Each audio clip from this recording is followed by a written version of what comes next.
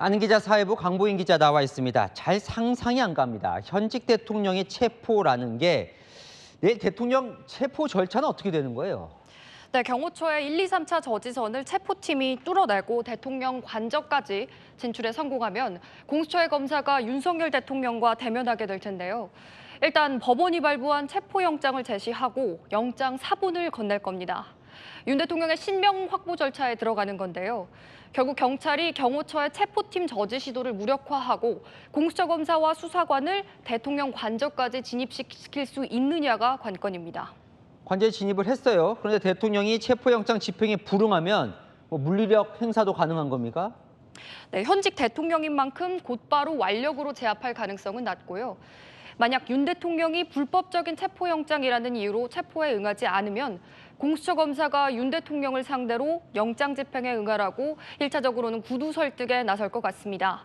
그런데 거듭된 설득에도 대통령이 응하지 않는 경우 공수처 수사관들이 부득이하게 윤 대통령의 팔짱을 끼고 호송 차량으로 이동시키는 상황이 벌어질 수 있습니다. 윤 대통령 변호인이 공수처 검사와 집행 절차를 협의하겠다고 나선다면 이게 변수가 될 수 있습니다. 혹시 대통령 체포에 수갑이라든지 이런 장비가 쓰일 수도 있을까요? 네, 원칙적으로는요, 특정 조건이 갖춰져야 수갑을 쓸 수 있게 한 규정이 있습니다.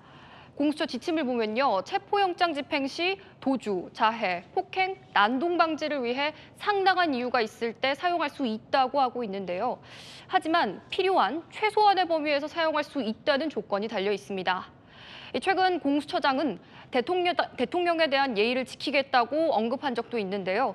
윤 대통령을 상대로 수갑을 채우거나 포승줄을 채울 가능성은 매우 낮아 보입니다. 자, 이럴 땐 전직 대통령 관례를 한번 찾아보면 좋을 것 같은데 어땠습니까? 네, 과거 수사를 받았던 전직 대통령들이요.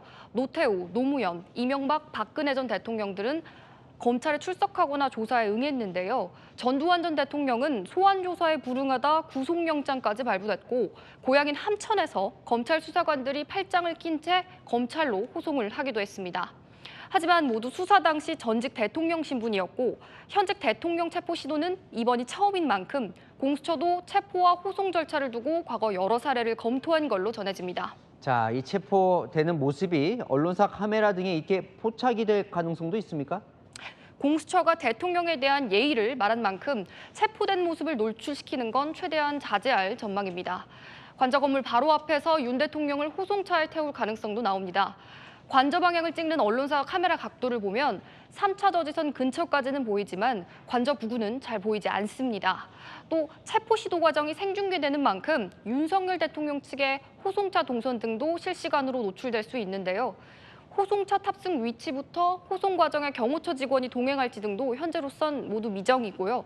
윤 대통령을 호송차에 태워 과천 공수처로 향하게 되면 경찰이 신속한 호송을 위한 교통신호 조정이나 호송차 주변 경호를 맡을 가능성이 있습니다. 네, 잘 들었습니다. 아는 기자 강보인 기자였습니다.